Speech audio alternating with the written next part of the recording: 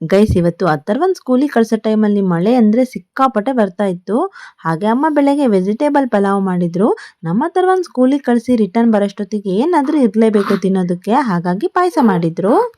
ನಮ್ಮ washing machine ಏನೋ ಹಾಳಾಗ್ಬಿಟ್ಟಿತ್ತು, board ಹೋಗಿತ್ತು ಅಂತಿದ್ರು. ಹಾಗಾಗಿ ರಿಪೇರಿನ ಕಳ್ಸಿದ್ವಿ, ಅವರು ರೆಡಿ ಮಾಡ್ತಾ ಇದ್ದಾರೆ. ಇವತ್ತು ಸಂಜೆ ಸ್ನ್ಯಾಕ್ಸಿಗೆ ಎಲ್ಲರಿಗೂ ಅಂತ ನಮ್ಮಮ್ಮ ಮಸಾಲೆ ಮಂಡಕ್ಕಿ ಮಾಡಿದ್ರು, ಸೂಪರ್ ಆಗಿತ್ತು. Hi guys, welcome back to Bindu YouTube channel. Good morning guys. ನೋಡಿ ಹೊರಗಡೆ ಬರ್ತಾ ಇದ್ದಂಗೆ ಬೆಳಗ್ಗೆಯಿಂದ ಇವತ್ತು ಮಳೆ ಹಿಡ್ಕೊಬಿಟ್ಟಿದೆ ಗೈಸ್. ಯಾವ ಥರ ಮಳೆ ಬರ್ತಾ ಇದೆ ಅಂದರೆ ಹೊರಗಡೆ ಇರೋಕ್ಕೆ ಆಗ್ತಾ ಇಲ್ಲ, ಅಷ್ಟೊಂದು ಚಳಿ ಆಗ್ತಾ ಇದೆ. ಅಮ್ಮ ಒಳಗಡೆ ಬಂದರೆ ಬಿಸಿ ಬಿಸಿಯಾಗಿ ಒಳ್ಳೆ ವೆಜಿಟೇಬಲ್ ಪಲಾವ್ ಮಾಡ್ತಾ ಇದ್ರು. ಸಖತ್ತಾಗಿರುತ್ತೆ ವೆಜಿಟೇಬಲ್ ಪಲಾವ್ ಅಂತೂ. ನಮ್ಮ ಮನೆಗೆಲ್ಲ ಇಷ್ಟಪಟ್ಟು ತಿಂತಾರೆ ಪಲಾವ್ ಅಂದರೆ. ಹಾಗೆ ನೋಡೋದಕ್ಕೂ ಏನು ಚೆನ್ನಾಗಿ ಕಾಣಿಸ್ತಾ ಇದೆ, ಬಾಯಲ್ಲೆಲ್ಲ ನೀರು ಬರೋ ಥರ ಆಗ್ತದೆ. ಈ ಚಳಿಗೆ ಬಿಸಿ ಬಿಸಿಯಾಗಿ ತಿನ್ನೋಣ ಅಂತ ಹೇಳಿ ಅನಿಸುತ್ತೆ. ಹಾಗೆ ನಮ್ಮ ಅಣ್ಣ ನಮ್ಮ ಅಥರ್ವಂಗೆ ರೆಡಿ ಮಾಡಿಕೊಂಡು ಹೊರಗಡೆ ಬಂದಿದ್ದಾನೆ. ಇನ್ನು ಎಲ್ಲ ರೆಡಿ ಆಗಿದ್ದಾನೆ. ಅವನು ಸ್ಕೂಲಿಗೆ ಹೋಗೋಕ್ಕೆ ಇವಾಗ ವ್ಯಾನಿಗೋಸ್ಕರ ವೆಯ್ಟ್ ಮಾಡ್ತಾ ಇದ್ದಾರೆ. ಅದೇ ಟೈಮಲ್ಲಿ ಇವರಿಬ್ರು ಬಲೂನ್ ತಗೊಂಡು ಗೇಮ್ ಆಡ್ತಾ ಇದ್ದಾರೆ, ಅದರಲ್ಲೇ ಆಟ ಆಡ್ತಾ ಇದ್ದಾನೆ. ಅವನಿಗೆ ಮಾಮ ಅಂದರೆ ಸ್ಕೂಲಿಗೆ ಹೋಗೋಕೆ ಕೂಡ ಇಷ್ಟ ಇರಲ್ಲ. ಮಾಮನ ಜೊತೆ ಆಟ ಆಡ್ಕೊಂಡೇ ಇರ್ತೀನಿ ಅನ್ನೋಷ್ಟು ಹಠ ಮಾಡ್ತಾನೆ ಅವನು ಸ್ಕೂಲಿಗೆ ಹೋಗೋಕೆ ಕೂಡ. ಹಾಗಾಗಿ ಅವನೇ ರೆಡಿ ಮಾಡಿಬಿಟ್ಟು ಹೊರಗಡೆ ಬಂದಿದ್ದಾನೆ ಸ್ಕೂಲಿಗೆ ಕಳಿಸೋದಕ್ಕೆ. ಹೊರಗಡೆ ಎಲ್ಲ ಏನು ಚೆನ್ನಾಗಿ ಕಾಣಿಸ್ತಾ ಇದೆ ನೋಡಿ, ಒಳ್ಳೆ ಗ್ರೀನಾಗಿ. ಹಾಗೆ ನಮ್ಮ ಅಥರ್ವ ನಿಂತ್ಕೊಂಡು ನೋಡ್ತಾ ಇದ್ದಾನೆ ವ್ಯಾನ್ ಬಂದಿದೆಯಾ ಇಲ್ವಾ ಅಂತ ಹೇಳಿ. ವ್ಯಾನ್ ಬರೋ ತನಕ ಆಟ ಆಡೋಣ ಮಾಮ ಅಂತ ಹೇಳಿ ಮತ್ತೆ ಆಟ ಸ್ಟಾರ್ಟ್ ಮಾಡಿದ್ರು. ಹಾಗೆ ಬಲೂನ್ ಆ ಕಡೆ ಈ ಕಡೆ ಬೀಳ್ತಾ ಆಟ ಆಡ್ತಾ ಇದ್ದ. ಹಾಗೆ ಡೈಲಿ ಅವನಿಗೆ ಯಾವಾಗ್ಲೂ ವ್ಯಾನ್ ಬರೋಕ್ಕಿಂತ ಮುಂಚೆ ಒಂದು 20 ಮಿನಿಟ್ಸ್ ಬೇಗನೆ ರೆಡಿ ಮಾಡಿ ಹೊರಗಡೆ ಬಂದ್ಬಿಡ್ತೀವಿ. ಯಾಕಂದ್ರೆ ಯಾವ ಟೈಮಲ್ಲಿ ವ್ಯಾನ್ ಬರುತ್ತೆ ಅಂತೇಳಿ ಪರ್ಫೆಕ್ಟಾಗಿ ಹೇಳೋಕ್ಕಾಗಲ್ಲ. ಅದು ಅಲ್ಲದೆ ಮತ್ತೆ ರೆಡಿ ಆಗಿಲ್ಲ ಅಂದರೆ ಲೇಟ್ ಆಗುತ್ತೆ ಅಂತ ಹೇಳಿ ಬೇಗನೆ ರೆಡಿ ಮಾಡಿಸ್ಕೊಂಡು ಬಂದ್ಬಿಡ್ತೀವಿ ಹೊರಗಡೆ. ಹಾಗೆ ಇವತ್ತು ಸ್ವಲ್ಪ ಮಳೆ ಬೇರೆ ಜಾಸ್ತಿ ಇತ್ತಲ್ವ, ಹಾಗೆ ಕಳಿಸ್ಬೇಕೋ ಬೇಡ ಅನ್ನೋ ಥರ ಅನಿಸ್ತಿತ್ತು. ಆದ್ರೂ ಮನೇಲಿರೋಕ್ಕಿಂತ ಸೇಫಾಗಿ ಇರ್ತಾರೆ ಸ್ಕೂಲಲ್ಲಿದ್ದರೆ.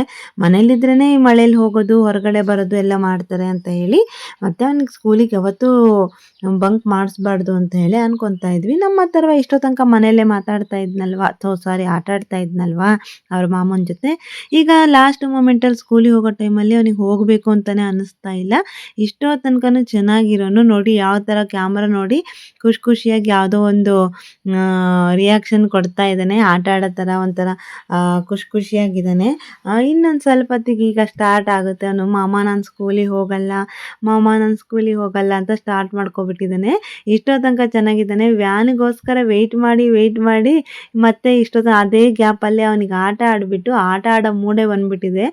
ಇನ್ನು ಇದೊಂದು ಸ್ಟಾರ್ಟ್ ಆತಲ್ಲಪ್ಪ ಸ್ಕೂಲಿಗೆ ಹೋಗಲ್ಲ ಅಂತ ಇದ್ದಾನೆ ಅಂತ ಅನ್ಕೊತಾ ಇದ್ವಿ ನಾವು. ಅದೇ ಟೈಮಲ್ಲೇ ವ್ಯಾನ್ ಬಂತು.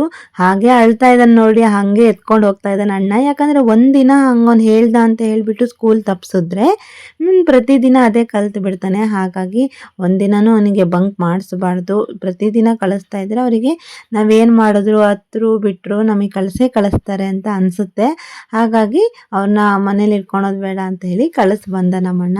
ಮಳೆ ಅಂದರೆ ಬಂದ್ಬಿಟ್ಟು ಹೊರಗಡೆ ಎಲ್ಲ ಕಡೆ ಪಾಚಿ ಕಟ್ಕೊಬಿಟ್ಟಿದೆ ಗೈಸ್. ಹೊರಗಡೆ ಎಲ್ಲಿ ಓಡಾಡಿದ್ರೆ ಜಾರಿ ಬೀಳ್ತೀವೋ ಅನ್ನೋ ಭಯ ಆಗುತ್ತೆ. ಅದರಲ್ಲೂ ನಮ್ಮ ಹತ್ರ ಅಂತೂ ನಿಧಾನ ಓಡಾಡೋದೇ ಇಲ್ಲ. ಹೋಗ್ತಾನೆ ಇರ್ತಾನೆ, ಓಡ್ ಹೋಗೋದು, ಎಲ್ಲಿ ಜಾರ್ತೋ ಅಂತ ಹೇಳಿ ಭಯ ಆಗುತ್ತೆ. ಈ ಟೈಮಲ್ಲಿ ಅವಾಗ ತೊಳಿತಾನೆ ಇರಬೇಕು ಬ್ಲೀಚಿಂಗ್ ಪೌಡ್ರ್ ಹಾಕಿ. ಹಿಂದ್ಗಡೆ ನೋಡ್ತೀರಾ ಗೈಸ್ ನೋಡಿ, ಬೀನ್ಸು, ಸೌತೆಕಾಯಿ ಬಳ್ಳಿ, ಹಾಗೆ ಅಮ್ಮ ಏನೇನೋ ತರಕಾರಿ ಗಿಡಗಳು ಹಾಕಿದ್ರಲ್ವ ಅದ್ರೊಳಗಡೆ ಈ ಸೌತೆ ಬಳ್ಳಿ ನೋಡಿ ಅಂಗಳದ ತನಕ ಬಂದ್ಬಿಟ್ಟಿದೆ. ಹಿಂದ್ಗಡೆ ಮನೆ ತನಕನೇ ಬಂದ್ಬಿಡುತ್ತೇನೋ. ಸೌತೆಕಾಯಿ ಬಿಟ್ಟರೆ ಹತ್ರದಲ್ಲಿ ಕಿತ್ಕೊಳಕ್ಕೆ ಚೆನ್ನಾಗಿ ಸಿಗುತ್ತೆ. ಆದರೆ ಮಂಗನಿಂದ ಸೇಫ್ ಮಾಡ್ಕೊಳೋದಿದೆಯಲ್ವ, ಅದೇ ದೊಡ್ಡದು ಟಾಸ್ಕ್ ಆಗಿಬಿಟ್ಟಿದೆ. ಹಾಗೆ ನಮ್ಮನೆ ವಾಷಿಂಗ್ ಮಿಷಿನ್ ಹಾಳಾಗ್ಬಿಟ್ಟಿತ್ತು ಗೈಸ್. ಇವತ್ತು ರಿಪೇರಿಗೆ ಬರ್ತೀವಿ ಅಂತ ಹೇಳಿದರು. ನಮ್ಮ ಸಣ್ಣ ಪಾಪು ಅಂತೂ ನಮಗೆ ಊಟ ಮಾಡೋಕ್ಕೆ ಬಿಡ್ತಾ ಇಲ್ಲ. ಮಧ್ಯಾಹ್ನ ಟೈಮ್ ಆಗಿಬಿಟ್ಟಿದೆ, ಊಟನೇ ಮಾಡೋಕ್ಕೆ ಬಿಡ್ತಾ ಇಲ್ಲ. ಅಷ್ಟೊಂದು ಕಾಟ ಕೊಡ್ತಾ ಇದೆ. ಅಳೋದು ಎತ್ಕೊಂಡೇ ಇರಬೇಕು. ಅವನಿಗೆ ಕೆಳಗಡೆ ಮಲಗಿಸಿದ್ರೆ ಅಳ್ತಾ ಇದ್ದ. ಹಾಗಾಗಿ ನಮ್ಮ ಅಣ್ಣ ಎತ್ಕೊಂಡಿದ್ದಾನೆ ಊಟ ಮಾಡಿ ಹೋಗು ಅಂತ ಹೇಳಿ. ಸರಿ ನಾನು ಊಟ ಮಾಡ್ಕೊಬರೋಣ ಅಂತೇಳಿ ಬಂದೆ. ಇವತ್ತು ಟೊಮೊಟೊ ಸಾರು, ಟೊಮೊಟೊ ಬೇಳೆ ಸಾರು ಏನೋ ಮಾಡಿದ್ದಾರೆ. ಒಂಥರ ಚಳಿಲಿ ಬಿಸಿ ಅನ್ನಕ್ಕೆ ಈ ಥರ ತಿಳಿ ಸಾರು ಹಾಕೊಂಡು ಊಟ ಮಾಡ್ತಾಯಿದ್ರೆ ಸೂಪರಾಗಿರುತ್ತೆ ಗೈಸ್. ಹಾಗೆ ಈಗ ವಾಷಿಂಗ್ ಮಿಷಿನ್ ರೆಡಿ ಮಾಡೋರು ಕೂಡ ಬಂದರು. ನಮ್ಮ ಅಣ್ಣ ನಿಂತ್ಕೊಂಡು ವಾಷಿಂಗ್ ಮಿಷಿನ್ ರೆಡಿ ಮಾಡಿಸ್ಬಿಟ್ಟು ಆಮೇಲೆ ಊಟ ಮಾಡ್ತೀನಿ ಅಂತ ಹೇಳ್ತಾ ಇದ್ದ. ಯಾಕಂದರೆ ಅದರ ಒಂದು ಕೆಲಸದವರು ಬಂದಿದ್ದಾರೆ ಅಂದರೆ ಅವ್ರೇನು ಮಾಡ್ತಾರೆ ಏನು ಅಂತೇಳಿ ನಿಂತ್ಕೊಂಡು ನೋಡಿ ಮಾಡಿಸ್ಕೋಬೇಕು. ಇಲ್ಲ ಅಂದರೆ ಮತ್ತೆ ಹಾಳಾಗೋ ಚಾನ್ಸಸ್ ಇರುತ್ತೆ. ಹತ್ತಿರದಲ್ಲೇ ನಿಂತ್ಕೊಂಡು ನೋಡಿಕೊಂಡು ರೆಡಿ ಮಾಡಿಸ್ಕೋಬೇಕು. ನಮ್ಮದು ಮಿಷನ್ ಇವಾಗ ಮೇಲ್ಗಡೆ ಬೋರ್ಡ್ ಹೋಗಿತ್ತು ಅಂತ ಹೇಳಿದರು. ಆ ಬೋರ್ಡನ್ನೇ ತಗೊಬಂದ್ಬಿಟ್ಟು ಹಾಕ್ತಾ ಇದ್ದಾರೆ. ಆಲ್ರೆಡಿ ಒಂದ್ಸರಿ ಬಂದ್ಬಿಟ್ಟು ನೋಡ್ಕೊಂಡು ಹೋಗಿದ್ರು ಏನಾಗಿದೆ ಅಂತ ಹೇಳಿ. ನೋಡಿ ಇದೇ ಬೋರ್ಡು, ಹಳೆ ಬೋರ್ಡನ್ನ ತೆಗೆದಿಟ್ಟಿದ್ದಾರೆ. ನಮ್ಮಮ್ಮ ಪಾಪು ಸ್ನಾನ ಮಾಡ್ಸೋಕ್ಕೆ ಎಲ್ಲ ರೆಡಿ ಮಾಡ್ಕೊತಾ ಇದ್ದಾರೆ. ವಾಷಿಂಗ್ ಮಿಷಿನ್ ಎಲ್ಲ ರೆಡಿ ಆದಮೇಲೆ ಒಂದ್ಸರಿ ಟಬ್ ವಾಶ್ ಕೊಡೋಣ ಅಂತ ಹೇಳಿ ಹೇಳ್ತಾ ಇದ್ರು. ಹಾಗಾಗಿ ಈ ಪೌಡರ್ನ ಯೂಸ್ ಮಾಡಿಬಿಟ್ಟು ಟಬ್ ವಾಶ್ನ ಮಾಡ್ತಾ ಇದ್ದೀವಿ. ಎವ್ರಿ 40 ವಾಶಿಗೆ ಒಂದ್ಸತಿ ಈ ಥರ ಟಬ್ ವಾಶು ಮಾಡಬೇಕಂತೆ. ಆವಾಗ ಮಿಷಿನು ನೀಟಾಗಿ ಕ್ಲೀನಾಗಿ ಇರುತ್ತೆ. ಈ ಥರ ಪೌಡರ್ನ ಯೂಸ್ ಮಾಡಿ ವಾಶ್ ಮಾಡೋದ್ರಿಂದ ಯಾವುದೇ ಪ್ರಾಬ್ಲಮ್ ಇರಲ್ಲ. ತುಂಬ ಚೆನ್ನಾಗಿರುತ್ತೆ ವಾಷಿಂಗ್ ಮಿಷಿನು. ಈಗ ಟ್ಯಾಬ್ಲೆಟ್ಸ್ಗಳು ಅಂತ ಬರುತ್ತಲ್ವ, ಟ್ಯಾಬ್ಲೆಟ್ಗಳು ಹಾಕೋದ್ರಿಂದ ಒಳಗಡೆ ಇರೋ ಇದು ಇದೆ ಅಲ್ವಾ, ಈ ಡ್ರಮ್ ಬೇಗನೆ ಹೋಗಿಬಿಡುತ್ತಂತೆ. ಹಾಗಾಗಿ ಅದನ್ನು ಯೂಸ್ ಮಾಡಬಾರ್ದು ಅಂತ ಹೇಳ್ತಾ ಇದ್ರು. ಇದನ್ನು ಒಂದು 40 ವಾಶ್ ಆಯಿತು ಅಂತ ತಕ್ಷಣ ಈ ಥರ ಟಬ್ ವಾಶ್ಗೆ ಕೊಟ್ಟರೆ ಚೆನ್ನಾಗಿರುತ್ತೆ ವಾಷಿಂಗ್ ಮಿಷಿನು. ಹಾಗೆ ನಾವು ತಗೊಂಡು ವಾಷಿಂಗ್ ಮಿಷಿನು ಎಷ್ಟಾಗಿದೆ ಅಂದರೆ 475 ವಾಷಿಂಗ್ ಆಗಿದೆ ಅಂತೆ. ತಗೊಂಡ್ಬಿಟ್ಟು 3 ವರ್ಷ ಆಗಿದೆ ಈ ಮಿಷಿನು. ಅಷ್ಟರೊಳಗೆ 475 ವಾಷಿಂಗ್ ಆಗಿದೆ ಅಂತ ಹೇಳ್ತಾ ಇದ್ರು. ಹಾಗೆ ಇದನ್ನು ಯಾವುದೇ ರೀತಿ ಪ್ರಾಬ್ಲಮ್ ಬರದೇ ಇದ್ರೂ ಒಂದು 3-4 ವರ್ಷ ಆಯಿತು ಅಂದರೆ ಚೆನ್ನಾಗಿದ್ರೂ ಕೂಡ ಸರ್ವಿಸ್ ಮಾಡಿಸ್ಬೇಕು ಅಂತ ಹೇಳ್ತಾ ಇದ್ರು. ಹಾಗೆ ನಮ್ಮಮ್ಮ ಇವತ್ತು ಏನು ಸಾಂಬಾರು ಮಾಡೋದು ಅಂತ ಇದ್ರು. ಆ ಥರ ಕೂಡ ಮನೆಗೆ ಬಂದಾಯಿತು ಸ್ಕೂಲಿಂದ. ಹಾಗೆ ನೈಟಿಗೆ ನಮ್ಮಮ್ಮ ಬೆಂಡೆಕಾಯಿ ಸಾಂಬಾರು ಮಾಡೋಣ ಅಂತ ಹೇಳಿ ಬೆಂಡೆಕಾಯಿನ ಮಾಡೋಕ್ಕೆ ರೆಡಿ ಮಾಡ್ಕೊತಾ ಇದ್ದಾರೆ. ಸೊಪ್ಪು ಮಾರೋರು ಬಂದಿದ್ರು. ಹಾಗೆ ಸೊಪ್ಪನ್ನ ತಗೊಂಡು ಇಟ್ಕೊಂಡು ಬೆಂಡೆಕಾಯಿ ಸಾಂಬಾರು ಮಾಡೋಣ ಅಂತೇಳಿ ಎಲ್ಲ ರೆಡಿ ಮಾಡ್ಕೊತಾ ಇದ್ದಾರೆ.